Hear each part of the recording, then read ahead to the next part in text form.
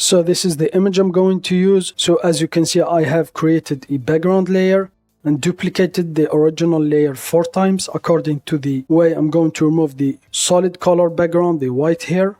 So now I'm going to reveal the background layer, and then I'm going to select the first one, the color to alpha. So just to be precise, you can still remove the color using the select by color or fuzzy select tool. But as you can see the design here, so this is a fast way. So now let's select the color to alpha. So this is our first method, and now go to colors and then select color to alpha. So here it is. And now here, this is where you can change the color. So for example, if I make it black here, the color black, as you can see, it removed the black color and it's showing the background layer. So I'm going to change it to white. Press OK. So here it is. And now press OK. And now if I hide, so here it is. So this is the first method. The second method is going to be by using the paint bucket tool. So select the layer, select the paint bucket tool, and now you need to pick the color you want to remove. So hold the control key and then left click. So for example, if I change the foreground to this blue here, I am on the paint bucket, hold the control key and then left click. So as you can see, it acts like the color picker tool. It will pick the color. So now you just need to change the mode here. So it is from normal, change it to color erase, and now left click. So here it is, and now press plus on your keyboard to zoom in. And now as you can see, you still have some parts here. Just hold the control key and then pick the color, and now left click on the layer. So here it is.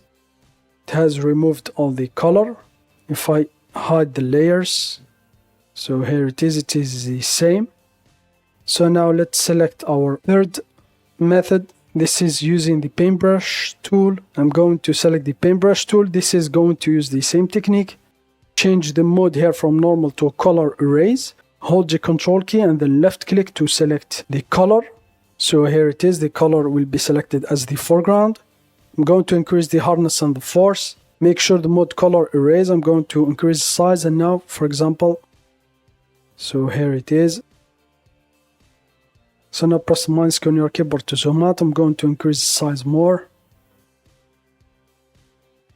And now press plus on your keyboard to zoom in. So as you can see, it kept some of the colors here just as the paint bucket tool. So I'm going to reduce the size.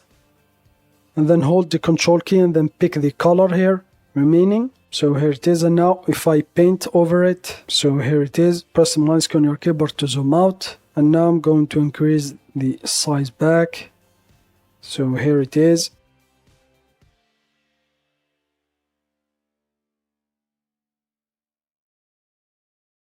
So now if I reveal previous layers, so as you can see, we have the same result. And now let's try the last method, this one here.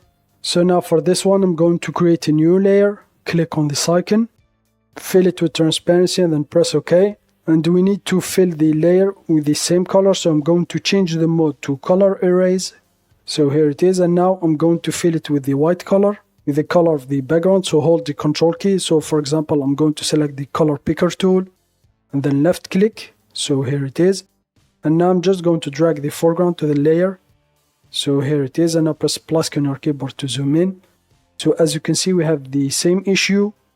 So now I'm going to merge it down and then create a new layer, fill it with transparency, and then press OK. And now I'm going to pick the color here just as before. Left click. So here it is. Change the mode of the transparent layer we created to color erase. And now let's fill it with this color. So here it is. So as you can see, it removed the color. So we can see, for example, here it removed some of the background because of the color erase. Now if I merge it down, it's affecting all the layers. So if I merge it down, so here it is. And now press plus minus key on your keyboard to zoom out. So now I'm going to hide this one. So here it is the same. Just make sure, for example, when you finish, make sure to bring back the paint bucket tool mode to normal and then the paintbrush tool to normal, so you don't forget next time you use them.